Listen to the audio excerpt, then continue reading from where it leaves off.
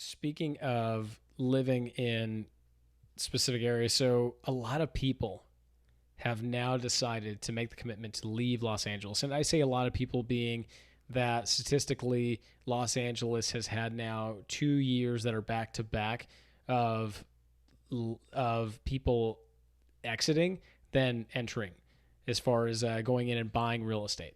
So that's really interesting. And on top of that, now people who are kind of on the upper echelon, like Joe Rogan, have decided to get out. You think Rogan's the upper echelon? I mean, in the sense of opinion. Of comedy, sure. And opinion. And podcast. And general opinion. I think he's, at this point, he's very well respected in a general opinion standpoint. Okay, that's fair. A little misogynistic, but sure, yeah, generally. Whatever.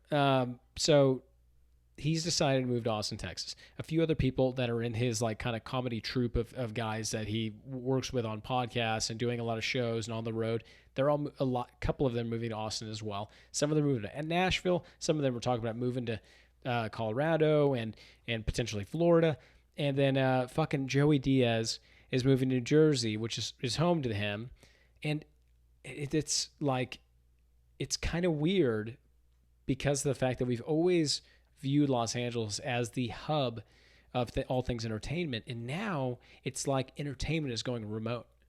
Yeah, because you can film this stuff in any studio. Yep. You're still going on comedy tours. Sure, those guys are working their bits out at the Comedy Store, but they still go on tour. That's their whole thing.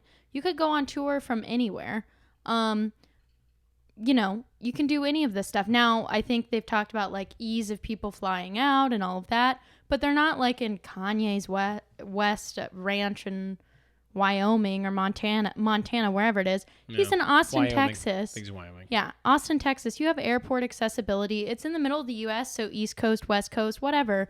It's pretty accessible. Yeah, it is. That actually makes a lot of sense as far as being centralized, being able to travel. Travel is going to be much easier. Like, say, for instance, if you are doing East Coast shows, that would be a bitch to go out and do, like, a fucking cross-country flight and be able to fucking fly back if you're not trying to go over and spend a significant amount of time over there, which a lot of these guys who are fortunate, they don't. They typically fly into places and then fly out after they do their shows. Whether it's one night or multiple nights, they fly the fuck out and they go back home because they like to hang out and they do their own podcast. Like you said, they have their kind of home-based shit that they do. And, they'll be able to do that. Now, how will the collaboration be? It'll be interesting if they go on and do like things like Zoom or, things like that. Yeah, I think it'll be interesting to see the collaboration. I'm sure they'll have good stories going out to Texas bars. You could have some interesting stuff happen. I think, no state tax, Rogan will have a lot more money to stretch from his Spotify deal. That $100 million plus deal. He claims that the $100 deal. Yeah, fuck, man. But think about it. For him.